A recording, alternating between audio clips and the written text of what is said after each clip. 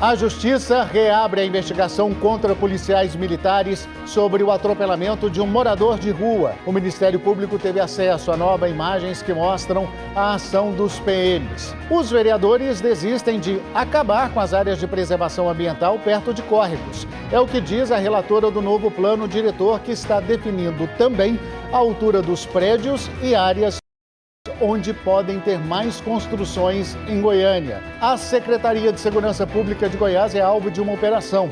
6 servidores são suspeitos de fraudar licitações que somam mais de 50 milhões de reais entre 2013 e 2018. Um menino de 2 anos morre de Covid em Morrinhos.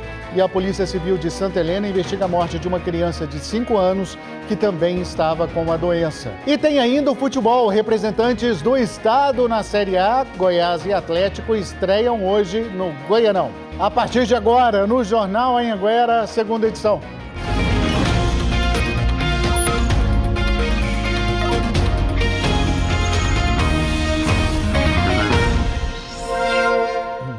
Boa noite, 7h03, bem-vindo ao J2. Uma operação da Polícia Civil investiga um grupo que teria fraudado licitações na Secretaria de Segurança Pública de Goiás. Entre os suspeitos estão 6 servidores públicos. A fraude teria desviado mais de 50 milhões de reais. 60 policiais civis cumpriram 13 mandados de busca e apreensão em 3 empresas que atuam na área de tecnologia e informática e na casa de 10 pessoas que moram em bairros nobres da capital. Ao todo, 7 carros de luxo foram apreendidos com os alvos da operação. Só esse carro vale mais de meio milhão de reais. Todos são investigados por fraudar licitações em contratos da Secretaria de Segurança Pública de Goiás. Segundo a polícia, o gerente de informática e telecomunicações da SSP, Cássio Oliveira Camilo, que era o responsável por organizar e abrir as licitações, montou um esquema para beneficiar apenas uma empresa, que pertencia a amigos pessoais dele, a I9 Tecnologia. Os policiais descobriram que outras 2 empresas de fachada participavam das licitações junto com a I9. Perdiam de propósito para garantir que a I9 saísse vencedora e depois recebiam dinheiro da I9 através de transferências bancárias para lavar dinheiro. A atuação deles se dava através, desde a elaboração do termo de referência do edital, até mesmo o edital por completo, no sentido de favorecer essa empresa que era de um amigo íntimo dele. E após iniciado o procedimento licitatório, ele atuava emitindo pareceres técnicos, inclusive jurídicos, que não era da alçada dele, no sentido de desclassificar as empresas concorrentes da empresa que saiu vencedora. A Operação Mérida aponta que o então gerente de informática da Secretaria de Segurança Pública tinha a ajuda de 5 bombeiros que trabalhavam como pregoeiros das licitações. Esses bombeiros eram os responsáveis por cadastrar as empresas concorrentes e, segundo a polícia, até ocultavam documentos para que as participantes fossem desclassificadas. E teria sido assim que a I9 Tecnologia ganhou 20 contratos de licitações da Secretaria de Segurança Pública. 2 desses contratos, que somam 53 milhões de reais, eram para comprar 550 câmeras de monitoramento que foram entregues ao governo e instaladas. Além da fraude processual, os policiais também suspeitam de superfaturamento. A Justiça mandou bloquear 58 milhões de reais em bens dos investigados. A polícia pediu também que os funcionários públicos sejam afastados dos cargos e que as empresas envolvidas no esquema tenham as atividades suspensas e sejam impedidas de participar de qualquer licitação. Infelizmente, nós temos 6 servidores efetivos ainda. 5 deles vinculados à Secretaria de Segurança Pública.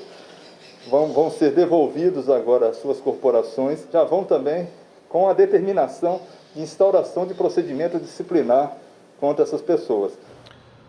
Nós tentamos contato com o ex-gerente de informática e telecomunicações da Secretaria de Segurança Pública, Cássio Oliveira Camilo, e também com os representantes da I9 Tecnologia, empresa citada na investigação da Polícia Civil. Mas não conseguimos. E o relatório do novo plano diretor de Goiânia disse hoje que já é certo que os vereadores vão retirar do projeto aquela regra que acaba com as áreas de preservação permanente nas margens dos córregos urbanizados. Esse ponto chegou a ser aprovado no relatório final e foi alvo de críticas de ambientalistas. Giovana Dourado, boa noite. Boa noite, Luciano, para você e para todos. Exatamente, aquele ponto mais crítico desse artigo 138 que veio do plano apresentado pela Prefeitura, ele deixava descaracterizada a APP nas unidades imobiliárias lindeiras e contíguas ao sistema viário implantado e consolidado ao longo dos córregos, rios e demais cursos d'água. O que é isso? Onde já existe uma marginal, como a Cascavel, Botafogo, essas regiões de córregos urbanizados deixariam então de ser consideradas como áreas de preservação permanente. Isso trouxe uma dúvida de interpretação se haveria permissão para construções nas áreas ao lado dessas vias marginais ou não. E por conta dessa polêmica, dessa possibilidade de diferentes interpretações, é que a relatora afirmou hoje ao jornal Anhanguera, segunda edição, que esse artigo inteiro deve ser retirado do relatório, que vai voltar ainda para a votação na Câmara no próximo mês. Vamos acompanhar o que disse a vereadora Sabrina Garcês. O que eu tenho sentido da Câmara, da maioria dos vereadores, é o que vai ocorrer, é a retirada daquele artigo 138 que trata das APPs, que foi mal interpretado, porque o texto coloca como áreas consolidadas, então muita gente falando que poderia se construir em novas APPs, então é a interpretação. Mas independente de ter sido mal escrito ou mal interpretado, já que está causando uma confusão, a Câmara tem compromisso com o meio ambiente e resolveu retirar isso. O plano diretor é complexo, são vários pontos e um dos pontos que mais trazem discussões também é sobre o adensamento da cidade. Um mapa que mostra onde pode ter mais construções de prédios, ele foi mudado ali na Câmara, mas existe um limitador para o tamanho dos prédios. Não se pode mais, não vai poder ser construído prédio tão alto como aqueles construídos com a regra atual. Vamos acompanhar. Será que o céu pode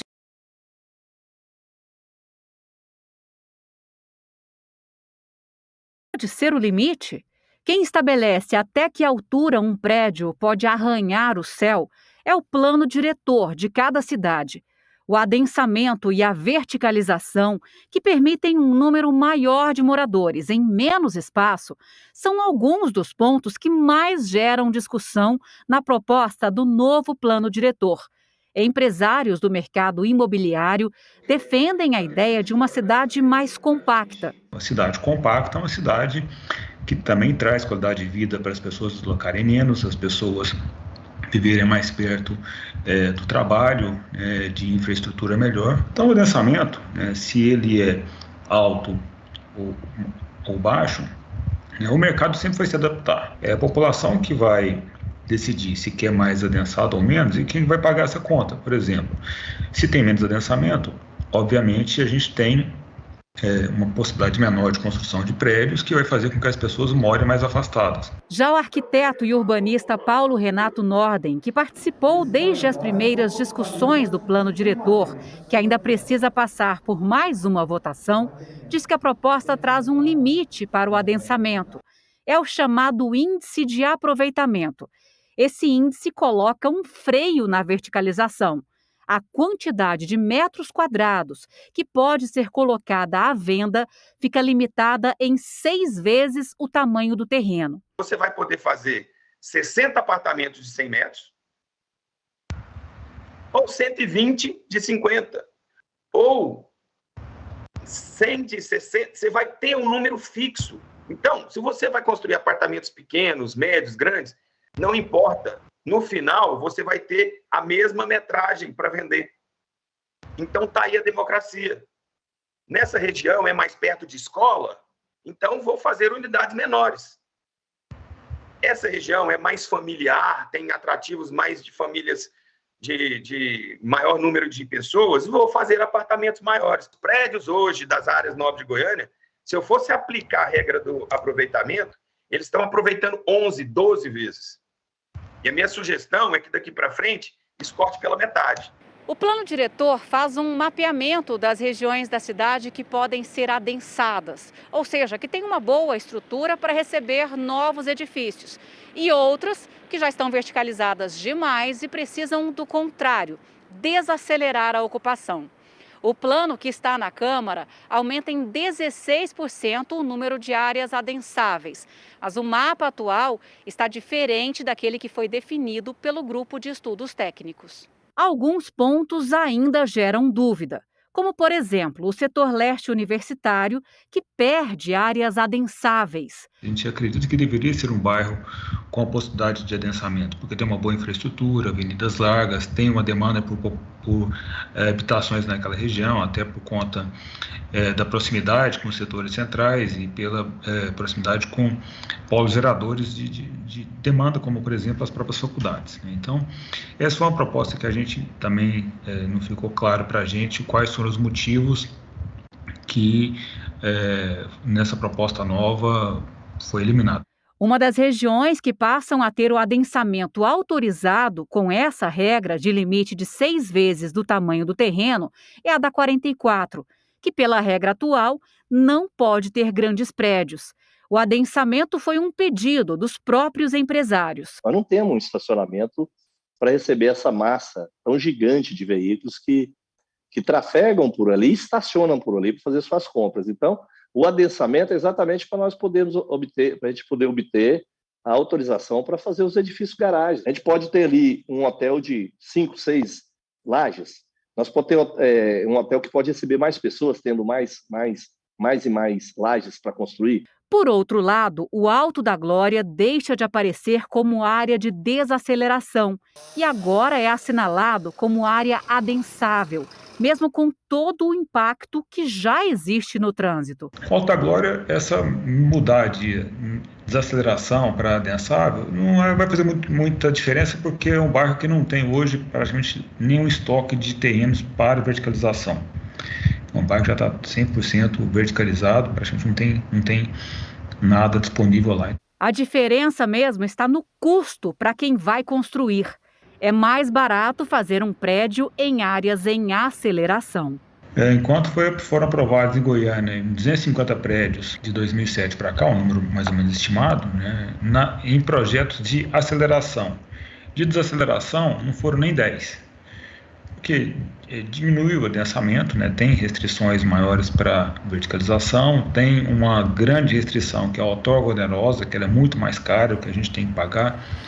Então isso torna o preço da habitação inviável. Então é muito pouco provável que em áreas de desaceleração surjam novos prédios. A próxima audiência pública para discutir o plano diretor está marcada para o dia 31. A relatora, Sabrina Garcês, afirma que os vereadores não desconfiguraram o plano, mas aceitaram sugestões de setores da sociedade. A gente tem que escutar todo mundo. Nós não podemos criminalizar o diálogo com nenhum segmento da sociedade. Vou citar um caso específico do Jardim Atlântico, que é uma região que estava como adensamento básico e que durante as audiências públicas o grupo de moradores esteve aqui demonstrando que o bairro tem condições de adensamento que estava ficando fora. Então foi acrescentado, por exemplo, esse bairro, como outros bairros também da nossa cidade. E a Câmara, ela, a partir dessa escuta coletiva, ela tomou o melhor caminho, prejudicando alguns interesses e outros sendo beneficiados, o que é de maneira natural. Para a vice-presidente do Conselho de Arquitetura e Urbanismo, o mais importante é que se tenha transparência. Existem as divergências entre o que está exposto no texto e o mapa, e a ausência de comprovação e os cálculos do volume, da densidade que isso vai gerar, que essa nova proposta vai gerar na cidade. A gente não pode falar que está ruim ou bom. Isso tem que ser debatido. Os temas são muito complexos e interrelacionados. Então, você precisa de tempo para ler, digerir aquelas informações.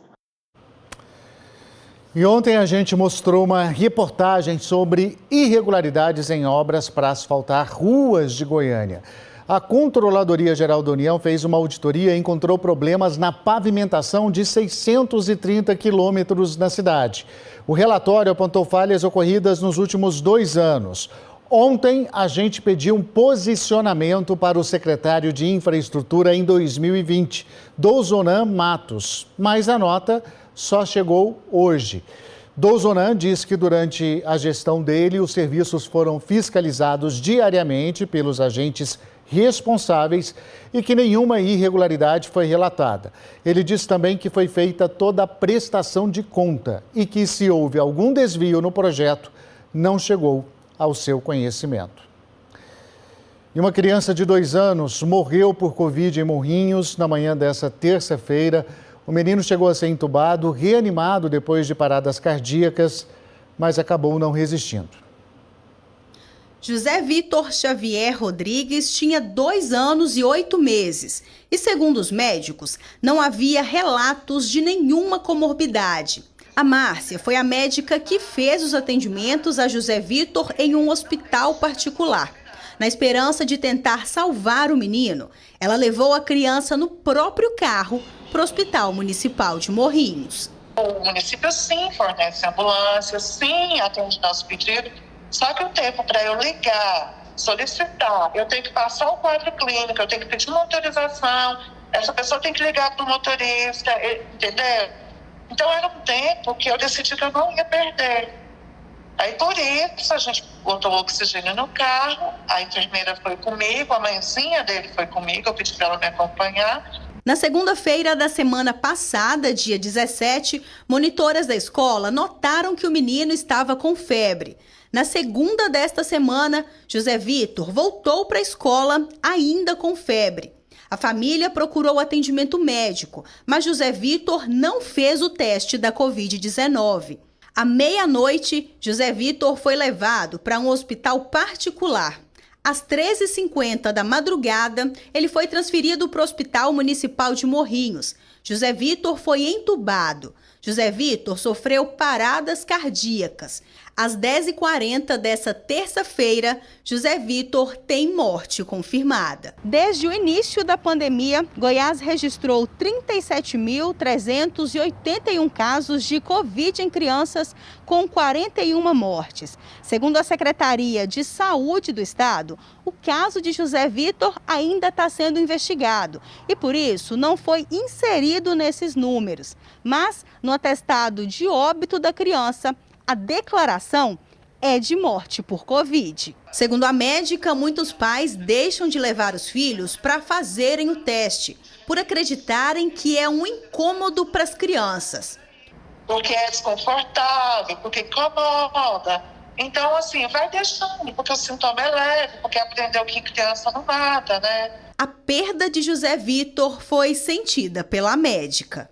Eu já me abalei muito com o Covid pelos pacientes que a gente acompanha. Mas se você me perguntar o que me marcou, infelizmente foi essa situação.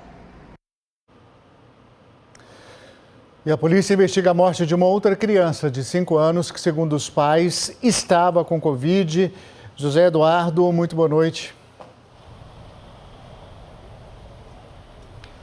Oi, Luciano, boa noite para você e para todos. Notícia triste demais, essa criança tinha 5 anos e, segundo os pais, era uma criança autista. Esse caso ele só foi parar na delegacia de Santa Helena de Goiás, isso depois que os pais enfrentaram e ainda enfrentam dificuldades para tirar o corpo do pequeno do Hospital Estadual de Santa Helena, após a confirmação já da morte. Eu conversei com o delegado que está responsável pelas investigações. Ele contou que os pais disseram em depoimento que o menino testou positivo para a Covid-19 no último sábado. Hoje teve uma piora no estado de saúde e foi encaminhado numa ambulância dos bombeiros para o Hospital Estadual de Santa Helena. A mãe do menino diz que ele já chegou sem vida lá no hospital. O delegado responsável pelo caso também ouviu agora à tarde o médico que atendeu essa criança, mas aí nós não tivemos acesso ao depoimento. Um laudo, vai apontar se a morte do menino de 5 anos, do pequeno Marcos, foi por Covid-19 e a família ainda aguarda lá no hospital a liberação do corpo da criança, viu, Luciano? Muito triste. Obrigado, Zé, pelas informações. Nós entramos em contato com o Hospital de Urgências da região sudoeste, mas ainda não tivemos retorno. Também pedimos um posicionamento para a Secretaria Estadual de Saúde e estamos aguardando a resposta. Os bombeiros disseram que a criança foi socorrida ainda com vida. E a Justiça mandou a Polícia Civil retomar a investigação do caso de um morador de rua baleado por policiais militares aqui em Goiânia. Isso foi em dezembro do ano passado. A PM tinha dito que atirou porque o homem tentou matar um dos militares a facadas. Só que um vídeo que foi anexado ao processo está servindo de base para o Ministério Público questionar essa versão. São essas imagens de um homem sendo arrastado enquanto a viatura avança em sua direção, que podem mudar os rumos da investigação. O homem é Divair Nunes da Cruz, de 28 anos. Ele deixou o hospital há 4 dias, depois de passar mais de um mês internado. Divair foi baleado durante uma ação da Polícia Militar no dia 9 de dezembro do ano passado, na Praça do Sol, setor oeste. Hoje, ele está se recuperando na casa de um parente, que, por medo, não quer se identificar. Foi atingido no tórax, no fêmur, né? As pernas estão quebradas embaixo, no tornozelos, né? Chegou com uma abordagem muito estranheza, né? Muito forte, né, com ele. Segundo o relato dos policiais militares, que consta na ocorrência, uma equipe pediu apoio depois que Divair quebrou o farol da viatura. Quando as outras equipes chegaram, disseram ter encontrado um homem bastante alterado e com uma faca em cada uma de suas mãos.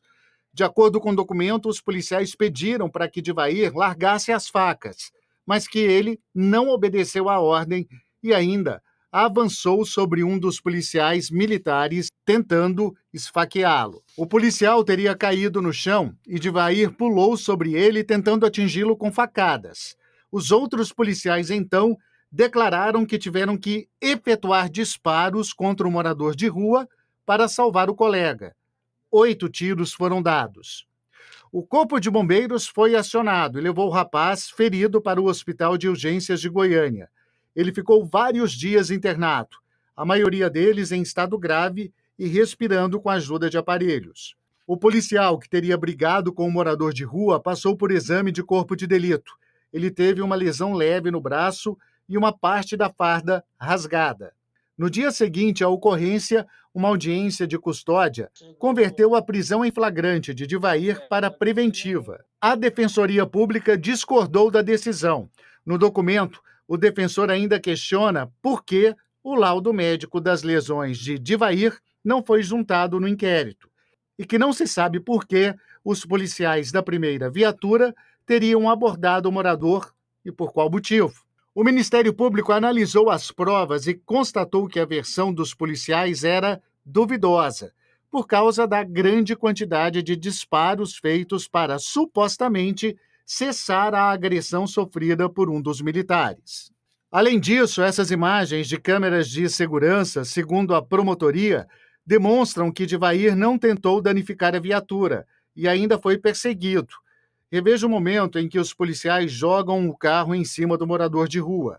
Com essas provas, o Ministério Público pediu que o caso voltasse a ser investigado.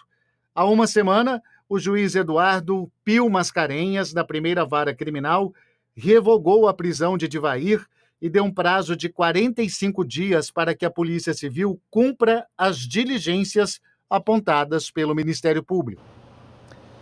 Nós pedimos um posicionamento da Polícia Militar sobre o caso, mas ainda não tivemos nenhum retorno. O Ministério Público disse que o vídeo já foi incluído no processo e que as diligências pedidas pelo órgão já foram determinadas pela Justiça. Estelionatários deram um golpe de mais de 4 milhões de reais por Pix na Prefeitura de Crixás, no norte do estado. Daiane Jardim, como é que a Prefeitura foi enganada por esses estelionatários, hein? Boa noite. Ei, Luciano, boa noite para você, boa noite a todos. Conversei agora há pouco com o procurador da Prefeitura de Crixás, o Tairone Guimarães, e ele me confirmou, Luciano, que o rombo já chega a 6 milhões de reais. Uma pessoa se passou por gerente regional da conta que administra, do banco que administra a conta da prefeitura e pediu para o secretário de Finanças fazer atualizações. Ele entregou dados que só o secretário e o prefeito têm acesso e pediu para que o secretário colocasse uma chave na conta para ele fazer a atualização. Essa ligação durou cerca de meia hora. No fim da tarde, a gerente do banco ligou para o secretário e falou de movimentações estranhas e que 15 PIX tinham sido feitos da conta da Prefeitura para outras contas diversas e que cerca de 6 milhões de reais tinham sido desviados da conta. O secretário de Finanças, Jovael Maciel, me disse que já fez um boletim de ocorrência para investigar o caso, Luciano. Obrigado, hein? Quer dizer que esse prejuízo aumentou mais ainda, hein, Daiane? Obrigado pelas informações. Vamos falar agora da inflação, comer fora de casa, ou até mesmo pedir uma marmita, um marmitex, está pesando cada vez mais no bolso do consumidor. Só que a situação também está complicada do outro lado, para os donos dos restaurantes. Além da alta no preço de alimentos, outros fatores estão pesando nessa conta. Energia, gás de cozinha. E aí todo mundo tem que buscar alternativas para o almoço caber no orçamento. Para muita gente, comer fora de casa ainda é a melhor opção. Para mim é mais vantajoso, porque eu moro só com a minha esposa. Então, se você for comprar, fazer alimentação em casa, está mais caro. Mas toda essa praticidade tem um preço que subiu muito nos últimos meses. E a gente acaba tendo que calcular bastante o que vai comer fora, porque o custo para 4 pessoas fica quase que 1/3 do que você tem de salário mínimo. A Abrazel, Associação Brasileira de Bares e Restaurantes em Goiás, estima que comer fora de casa tenha ficado até 30% mais caro, bem acima do índice da inflação, que em 2021 ficou na casa dos 10%. Com alerta para os empreendedores, para os empresários, realmente focarem na gestão, dos seus negócios, nos custos, fazerem suas fichas técnicas. Em 2020, este restaurante vendia comida a R$ 37,00 o quilo. No ano passado foi para R$ 57,00, um aumento de 55%. A gente foi muito atrás de promoções, para não ficar agregando o preço na balança, fazendo mais cotações, para não chegar até o consumidor final. Energia elétrica, gás de cozinha, óleo, carnes e, mais recentemente, as hortaliças encareceram muito. Se pesou para a dona de casa preparar as refeições, nos restaurantes não é diferente. Esse é um bar tradicional na Vila Nova que, durante a pandemia, abriu para o almoço. Começou servindo PF, o prato feito. Mas com o aumento de custos, foi preciso mudar a forma de cobrar pela refeição. O dono passou a vender comida a quilo e o próprio cliente serve o prato. O dono diz que resolveu 2 problemas. Deixou o preço mais justo para ele e para o consumidor e acabou com o desperdício. Colocar 2 tipos de carne, salada, e o prato era bem feito. E aí desperdiçava, aquele negócio estava me traumatizando. Neide pegou a época do PF e continua freguesa, comendo no self-service do Antônio. Como é o self-service, eu percebo que a gente coloca mais ou menos aquilo que você vai servir mesmo, porque você vai alimentar e ficar satisfeito. Os efeitos da inflação nos alimentos, com as refeições mais caras, acabam prejudicando os mais pobres. Comer aqui todo dia, por exemplo, quer seja um PF, quer seja no quilo, ele vai gastar entre 25% e 30% do salário dele só com alimentação individual.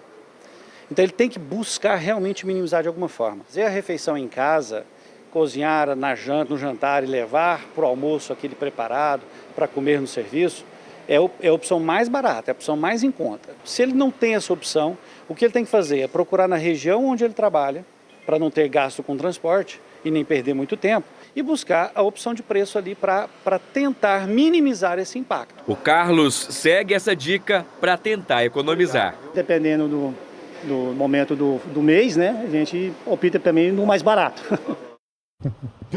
E 21 governadores assinaram uma carta para manter congelado o preço do combustível para o cálculo do ICMS. Patrícia Bringel, boa noite. ICMS é uma composição aí muito grande, no preço do combustível. O governo de Goiás assinou essa carta e isso pode impedir mais aumentos lá na frente? Exatamente, Luciano, boa noite a todos. Olha, o congelamento do ICMS terminaria dia 31 de janeiro. Agora deve ser ampliado por mais 60 dias. 21 governadores assinaram sim essa carta, incluindo o governador de Goiás, Ronaldo Caiado, favoráveis ao congelamento do imposto, segundo eles, para tentar evitar uma nova disparada de preços nas bombas. Essa decisão, é importante a gente dizer, vem no momento em que o Palácio do Planalto elabora uma PEC, um projeto que será apresentado ao Congresso Nacional autorizando a redução e até mesmo a retirada de impostos estaduais e federais que incidem hoje sobre os combustíveis. Isso pode impactar e muito a arrecadação dos estados. Então, esse embate aí ainda vai longe. No momento, o que a gente tem? Para efeito do cálculo do ICMS, o preço da gasolina aqui em Goiás continua congelado, então, em R$ 6,55. Para o motorista, a realidade aqui na bomba é um pouco mais dura, contra o litro da gasolina, aí, como nesse posto, a R$ 7,47. Luciano. Toda semana uma surpresa em relação ao preço, na verdade, né, Patrícia? Obrigado. A Prefeitura de Goiânia acredita que o número de pessoas em situação de rua aumentou 50% na pandemia. E elas acabam sofrendo também com a falta de acesso à saúde, por exemplo. Pensando nisso, voluntários vão levar até essa população testes e vacinas contra a Covid-19. A Kombi está cheia de marmitas. São 1.500 feijoadas preparadas por voluntários com alimentos doados. As refeições, quentinhas, vão matar a fome de pessoas que parecem invisíveis. O número de pessoas vivendo nas ruas de Goiânia aumentou 50% durante a pandemia de Covid-19. Segundo a Secretaria de Desenvolvimento Humano e Social, tem pelo menos 1.800 homens e mulheres sem teto, sem comida, sem renda e sem nenhum acesso à saúde. O tio Cleobaldo cuida das pessoas em situação de rua da capital há 45 anos. Para ele, é assustador o crescimento dessa população, com muitos pais e mães de família sem emprego que não conseguem pagar aluguel. Antigamente, era pobreza, vinha de mãe para filho, de filho para neto e assim por diante. Agora não. Tem gente que está obrigada a ir para a rua, porque não tem emprego para pagar o aluguel. Não tem jeito de pagar a água nem a luz. Os donos dos barracões, das casas, eles ficam no prejuízo. A sociedade está passando por muitas coisas. O pessoal pobre está vivendo em extrema dificuldade, em extrema pobreza. Na cozinha da associação no setor oeste, a mobilização de voluntários é grande para levar a essas pessoas um pouco de cidadania. Nesta quarta-feira, com as frutas doadas pela OVG, os voluntários fizeram uma salada bem nutritiva e refrescante. Isso aqui é um luxo para eles, porque eles não são acostumados a comer isso. Então hoje, isso aqui vai ser entregue com muito carinho. É uma sensação maravilhosa, né, de poder estar ajudando quem precisa, quem não tem condições de comer isso. E isso aqui tem muita vitamina, principalmente nesse momento pandêmico, né, que está um surto novamente. Além de oferecer os alimentos, os cerca de 80 voluntários também se esforçaram para promover uma ação de saúde. Um consultório móvel foi cedido pela Prefeitura de Goiânia para vacinar as pessoas em situação de rua contra a Covid. Além disso, 400 testes serão feitos por profissionais e estudantes na Praça Joaquim Lúcio, em Campinas. Mas a coordenação ainda não sabe o que será feito com os moradores que testarem positivo. A gente se preocupa com esse pessoal em situação de rua. Não é só alimentar, nós queremos também cuidar deles. Então buscamos alternativas, buscamos para ver onde colocar eles, mas não nos deram uma posição. A Secretaria de Desenvolvimento Humano e Social de Goiânia disse que vai disponibilizar quartos de isolamento para os moradores que testarem positivo hoje. A Secretaria de Saúde de Goiânia disse que tem 5 equipes no consultório de rua para atender esses moradores e que eles também podem procurar qualquer unidade de saúde. E a seguir, representantes do estado na Série A, o Goiás e o Atlético estreando no Goianão. Já, já.